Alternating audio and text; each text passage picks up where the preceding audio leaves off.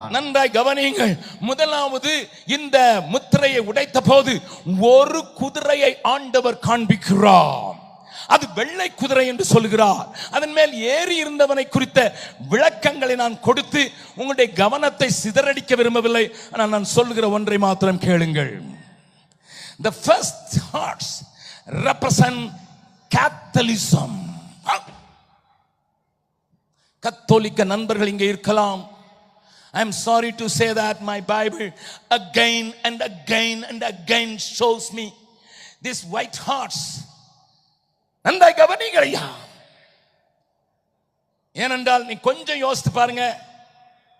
Pope ஆண்டவர் என்று சொல்லப்படுகிறவர் ஏறி போகிற ஹெலிகாப்டர் வரைக்கும் ஒயிட்டு தான்.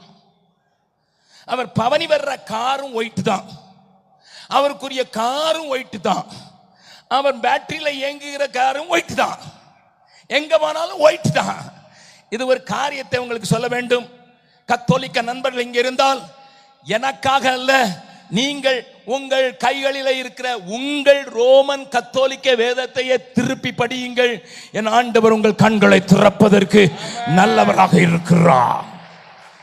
முதல் நாள் வந்தபோது ஒரு சகோதரன் சொன்னார், கத்தோலிக்கர் மத்தியில் ஊழியம் செய்யறதுக்கு நாங்கள் ஒரு ஒரு ஒரு ட்ரைனிங் நடத்திருக்கோம், அதுக்கு வர சொல்லுங்கன்னுட்டு அவர் பேர் எனக்கு ஞாபகம் இல்லை, இம்மானுவேல் நினைக்கிறேன். அவர் நோட்டீஸ் கொடுத்திருந்தாருன்னா போய் எப்படி கிறிஸ்தவ சத்தியத்தை கிறிஸ்துவை அறிக்கையிடுகிற கத்தோலியர்களுக்கு சொல்ல வேண்டும் என்பதை கற்றுக்கொள்ளுங்கள். I am not going to elaborate here, ஏன்னா டைம் இல்லை. இரண்டாவது குதிரை வாசிக்கலாம். அதனுடைய கலரை வேதம் சொல்லுகிறது. வாசிக்கலாம். அவன் இரண்டாவது மூன்றாவது வசனம் நான்காவது வசனமும் அவர் இரண்டாம் முத்திரையை உடைத்த போது அவன் இரண்டாம் முத்திரையை உடைத்த இரண்டாம் ஜீவனானது நீ வந்து பார் என்று சொல்ல கேட்டேன். அப்பொழுது சிவப்பான வேறொரு குதிரை புறப்பட்டது. நன்றாய் கவனியுங்கள். the red horse. நன்றாய் கவனியுங்கள். உலகமெங்கும் ரெட் என்று சொன்ன உடனே நம்முடைய கண்களுக்கு முன்னதாக வருது கம்யூனிசம். நான் இதை குறித்து விவரமாக பேசவில்லை, பட் உங்களுக்கு ஒரு இன்ஃபர்மேஷன் மாத்திரம் கொடுக்கிறேன். The Catholicism has got such a power over this world. நீங்கள் அறிந்திருக்கிறபடி இந்த உலகத்திலே 32% கிறிஸ்துவை அறிக்கையிடுகிறவர்கள். அந்த 32% கொஞ்சம் பேர் மாத்திரமே, பாதி என்றே வைத்துக் கொள்ளுங்கள், எவாஞ்சலிக்கல் என்று சொல்லி சத்திய வேதத்தின் வார்த்தையை விசுவாசிக்கிறவர்கள். மீதமுள்ளவர்கள் ஆக என்ன அதற்கு காரணம்?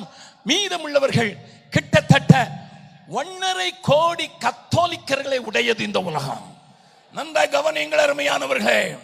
அதே போலவே கம்யூனிசம் உலகம் எங்கும் பாய்ந்தோடி கொண்டிருக்கிறது இன்னமும். ஆகையினால் தான் மறுபடியும் புட்டின் மறுபடியுமாக ரஷ்யாவின் அதிபராக வந்தார். என் வேதம் சொல்லுகிறபடி ஒரு நாளிலே பெர்சியாவும் ரஷ்யாவும் இணைந்து இஸ்ரவேலை தாக்கும். அன்றைய பெர்சியா இன்றைக்கு ஈரான் என்பது நீங்கள் அறிந்திருக்கிறீர்கள். அதற்குரிய காரியங்கள் நடக்கிறதை உலகத்தின் காரியங்களை புரிந்து கொண்டவர்கள் புரிந்து கொள்ளலாம். லிசன். மூன்றாவது ஒரு குதிரையை பற்றி அந்த வேதம் சொல்லுகிறது. வாசிக்கலாம். இதோ ஒரு கருப்பு குதிரையை கண்டேன். இதோ ஒரு கருப்பு குதிரையை கண்டேன். அதன் மேல் ஏறி இருந்தவன் ஒரு தராசை தன் கையிலே பிடித்திருந்தான். இது கேபிட்டலிசம் அல்லது மெட்டீரியலிசத்தை குறிக்கிறது. கவனியுங்கள் அருமையானவர்களே.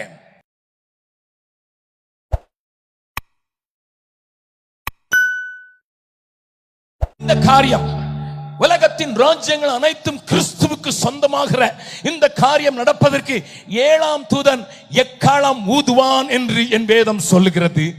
ஆனால் இன்றைய வரைக்கு பல காரியங்களை 6 தூதர்கள் நடத்துகிற காரியங்களை வேதம் நமக்கு விவரிக்கிறதினால் நீங்களும் நானும் அறிந்திருக்க வேண்டிய ஒரு காரியத்தை காண்பித்துக் கொடுக்கிறேன்.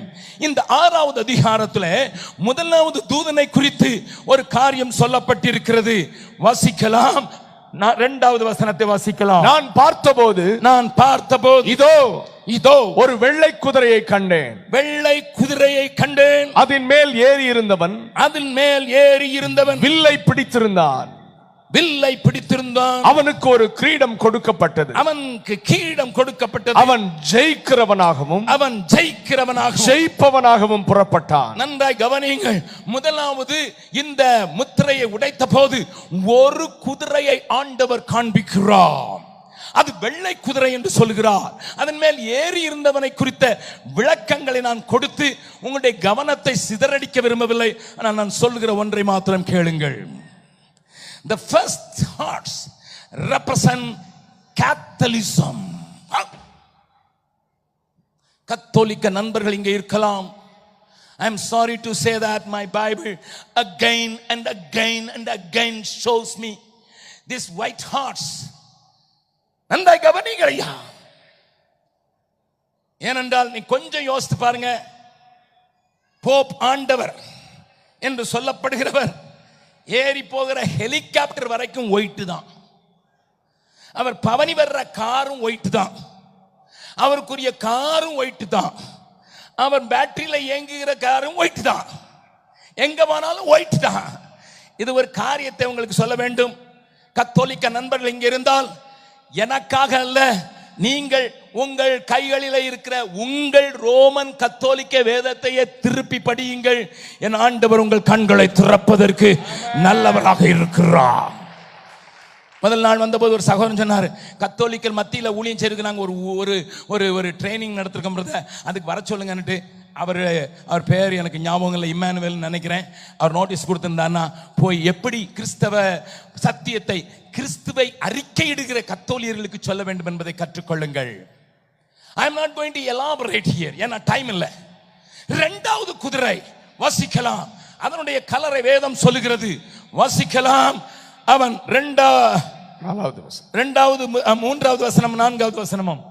அவர் இரண்டாம் முத்திரையை உடைத்த போது இரண்டாம் ஜீவனானது நீ வந்து பார் என்று சொல்ல கேட்டேன். அப்பொழுது சிவப்பான வேறொரு குதிரை புறப்பட்டது. நன்றாய் கவனியுங்கள். the red horse. நன்றாய் கவனியுங்கள். உலகமெங்கும் ரெட் என்று சொன்ன உடனே நம்முடைய கண்களுக்கு முன்னதாக வருது கம்யூனிசம். நான் இதை குறித்து விவரமாக பேசவில்லை, பட் உங்களுக்கு ஒரு இன்ஃபர்மேஷன் மாத்திரம் கொடுக்கிறேன். The Catholicism has got such a power over this world.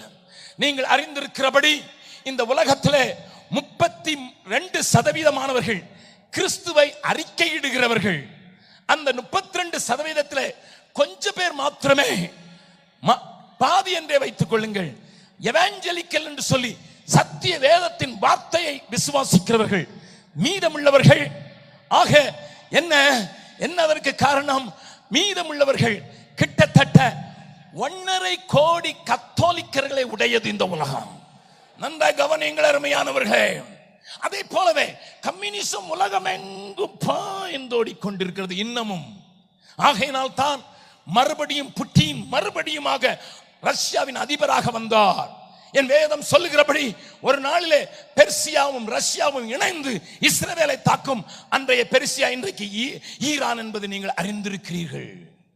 அதற்குரிய காரியங்கள் நடக்கிறதை உலகத்தின் காரியங்களை புரிந்து கொண்டவர்கள் புரிந்து கொள்ளலாம். லிசன். மூன்றாவது ஒரு குதிரையை பற்றி அந்த வேதம் சொல்லுகிறது, வாசிக்கலாம். இதோ ஒரு கருப்பு குதிரையை கண்டேன். இதோ ஒரு கருப்பு குதிரையை கண்டேன்.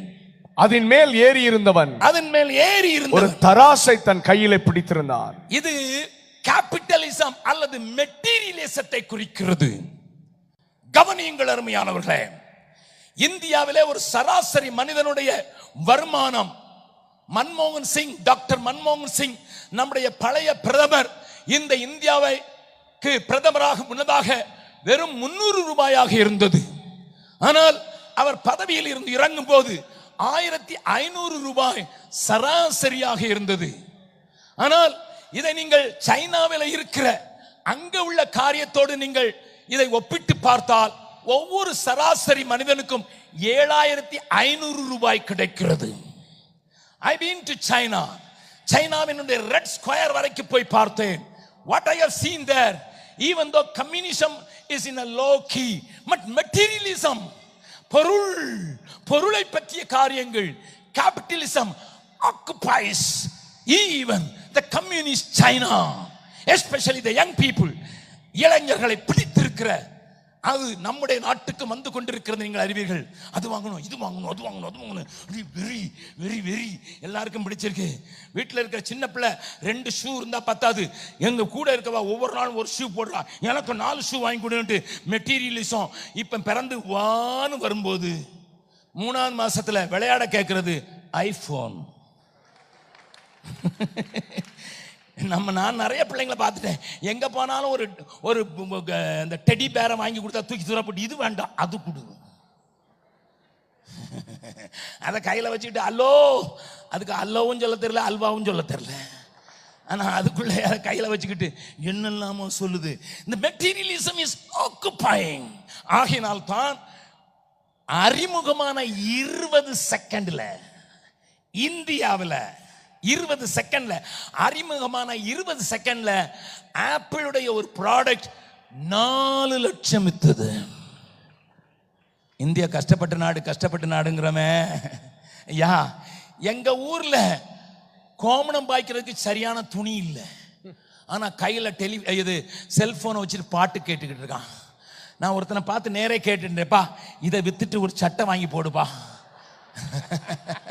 அவன் சொன்னா இது 3ஆவது, ஏன்னா நான் வச்சுட்டு தண்ணி குடிக்க போனா நான் இன்னொரு மாடு மேய்க்கிறேன் தூக்கிட்டு போயிடுறான்.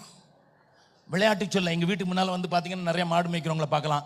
அவங்ககிட்ட கேட்ட கேள்வி தான் சொல்றேன், உழுக்கிறதுக்கு சரியான உடை இல்லை, ஆனா கையில cellphone. because the materialism is gripping everybody. இது கருப்பு குதிரை, இதுக்கு பேர் கேபிட்டலிசம். கேபிட்டலிசத்துக்கு மறுபெயர் மெட்டீரியலிசம். இவைகளெல்லாம் நான் வேதாகம பள்ளி பிள்ளைகள் சொல்லிக் கொடுக்க வேண்டும், ஆனால் உங்களுக்கு கொஞ்சம் தெரிஞ்சிருக்க வேண்டும். 4வதாக இதோ மங்கின நிறமுள்ள ஒரு குதிரையை கண்டேன். நல்லா கவனிங்க. அடுத்த முத்திரை 4வது முத்திரையை துடைத்த போது, 4வது முத்திரையை உடைத்த போது மங்கின நிறமுள்ள ஒரு குதிரையை கண்டேன். அதன் மேல் ஏறி இருந்தவன் மரணம் என்று பெயர். மரணம் என்று பெயர். பாதாளம் அவன் பின் சென்றது, பட்டயத்தினாலும் பஞ்சத்தினாலும் சாவினாலும் பூமியின் துஷ்ட மிருகங்களினாலும் கொலை செய்யும்படியான அதிகாரம் பெற்றிருக்கிறவன் அந்த பழுப்பு நிற குதிரையில ஏறி வருகிறான். கொஞ்சம் புரிந்து கொள்ளும்படியாக சொல்கிறேன். பழுப்பு நிற குதிரை என்று யோவான் சொன்னதை நம்முடையவர்கள் மொழிபெயர்த்திருக்கிறார்கள். ஆங்கிலத்தில் பேல் ஹார்ட்ஸ் என்று எழுதப்பட்டிருக்கிறது. ஆனால் இது எழுதப்பட்ட கிரேக்க மொழிக்கு போய் பார்த்தால் அது கிரீன் ஹார்ட்ஸ். ஹலோ, பச்சை குதிரை. யோவான் எழுதுன பச்சை குதிரையை பார்த்தேன்.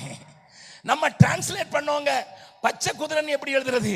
ஏன்னா இதே வார்த்தைய இயேசு 5000 பேருக்கு போஷிக்கும் போது புல்தரையில உட்கார்ந்த அந்த இடத்துலயும் பச்சை பசேன்னு இருந்த புல்தரையில உட்கார வச்சான்னு சொல்ற அதே வார்த்தை தான் இங்க போட்டிருக்குது.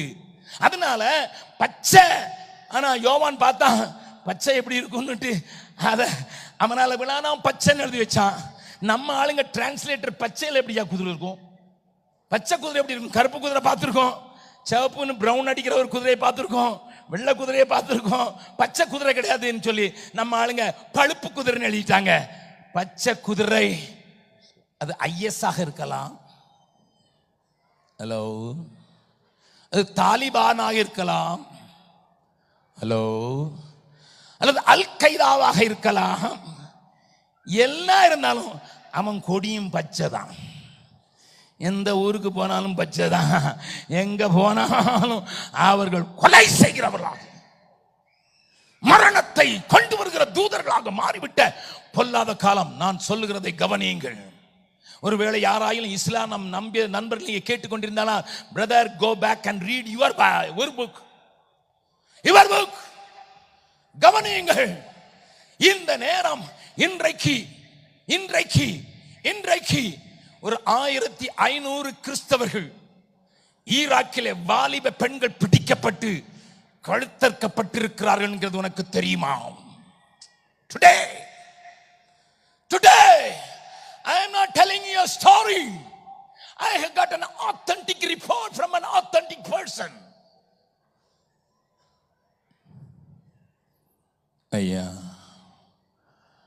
அம்மா, நீங்க கேட்பீங்க எதுக்கு நடக்குது ஐயா, எதுக்கு நடக்குது? ஏனென்றால் 5ஆம் முத்திரையை உடைக்கும் போது பலிபீடத்தின் கீழ் இருந்த ஆத்துமாக்களுடைய கதறலின் சத்தம் கேட்கும். Yes, amen.